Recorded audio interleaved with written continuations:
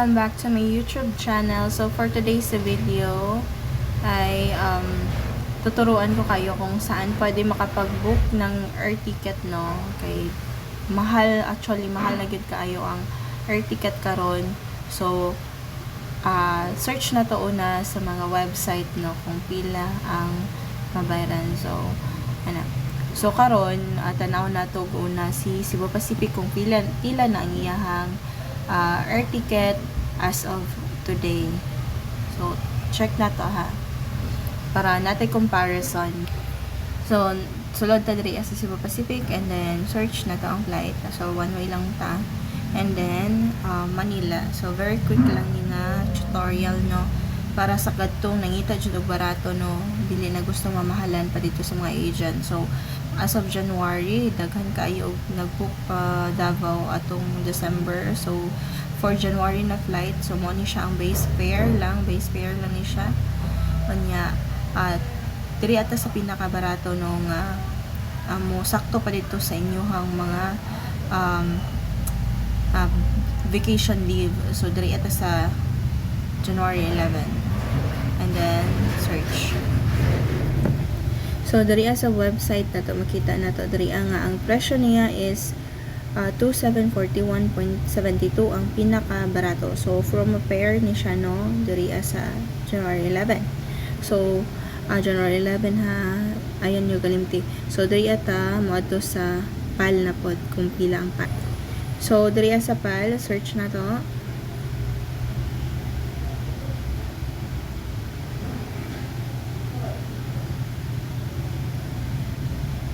Okay, diri sa PAL kay ang iyang presyo ay pinakabarato niya January 11, and then yung pinakamura or pinakabarato niya is 3134. So mangita pa ta diri sa baba ba sinapa. 3134 ang pinakabarato niya. So pag na siya yung ni lowest fare ni siya, basta na siya tag. So mo ni ang Cebu Pacific is 27 and then the PAL is 3-1. So karon asa ta mo book og barato. So asa mo book og barato og makaingon mo nga dili mo ma-scam. So para sa katong mga dili na gusto mo agi sa agent, kay kung moagi mo agent automatically na ay service fee na ihatag. So karon ipakita na ko sa inyo kung asa pwede mag-book og air ticket. So diri daghan kog app, no, na mga about booking, and so asa ta mag-book og pinakabarato. So asa mo mag-book og pinakabarato. So diri ata sa AirAsia Move. So mao ni ang app sa AirAsia. So i-click lang nato. So naka-search na ko daan kay naay magpa-book sa ako og flight for January Davao to Manila. So karon diri na to makita, no, ang barato na ticket. So sa Cebu Pacific kaganina 27 and then the PAL is 3-1. So diri sa AirAsia is for only 2,356. So mao ra ni imong mabayaran 2,356. So search dapat ni sa baba yung mga available flights, no. So pero diri makita nato diri economy, and then depart operated by PAL, and then flight niya na details and non-stop. So kina na mag-uban diri maka connecting flight. So na siya stopover sa Cebu ana. So tanawa lang gyud ninyo og tarong, no, kung di mo gusto malangay, gusto mo direct na gikan mo Manila, ay gikan mo og Davao and then direct na to Manila. So tanawa lang ninyo og tarong, and then if ever dili mo gusto mag-PAL o gusto mo mag Cebu Pacific, so naapod tay Cebu Pacific diri sa ubos. So kaning AirAsia is not only AirAsia lang, no, na airline. So mo gawas pod siya ang lahi nga mga airline, which is ang PAL and Cebu Pacific, no, ana. So diri na atay Cebu Pacific. Ang dito ganina sa ato ang nakita sa Cebu Pacific na site is 27. So diri is 26. So ana. And also as far as I know, walay extra service charge si AirAsia. So before na siya extra charge, no. So karon murag wala na. So testingan nato og book kung wala ba siya charge.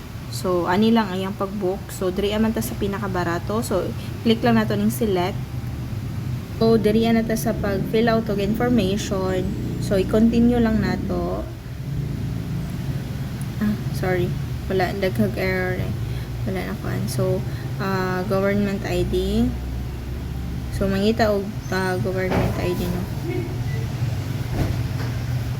So fill out lang nato tanan necessary na mga information yung gipangayo ni AirAsia, and then diri mag-add og baggage, and then travel insurance is for only 79.75, and then continue if wala kay add or wala or what. So continue lang. So after mag fill in no, so diri ana ta sa check out. So diri ang makita nato ang atong gi-avail. So nag-add on ko og insurance, which is 80 pesos, and then asa magbayad. So naapoy available na credit card payment, and then wallet. So diri sa wallet kay available is GCash. So payment within 15 minutes, and it's also available si Union Pay. So ana, and then GCash if GCash ka. So ano siya, naa siya processing fee which is 60 pesos. So sa una gyud mahal kaayo ang processing fee kay moabot jud siya og 300 plus. So karon is na lang siya 60 pesos. So good na kaayo siya para dito sa mga gatipid no. Pila ra man na ma-add na 60 pesos. Kontras magbayad ka og flight na 3,000 or 2,700. So ang imong mabayaran lang diri is 2,400. So ano lang, kung mahal ang sa website sa Cebu Pacific and website sa PAL, so dagan mo diri sa AirAsia kay daghan sila og flights na mga mas barato compared to the airlines no, sa lahi nga airlines. So naapod sila PAL and Cebu Pacific.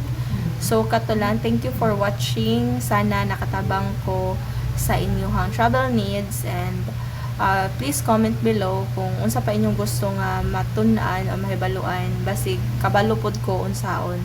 So kato inyong mga nalisdan na may mga problema with your tickets and airlines, so comment down below kay basig makatabang ko sa inyo. So kato lang, thank you for watching. God bless and goodbye.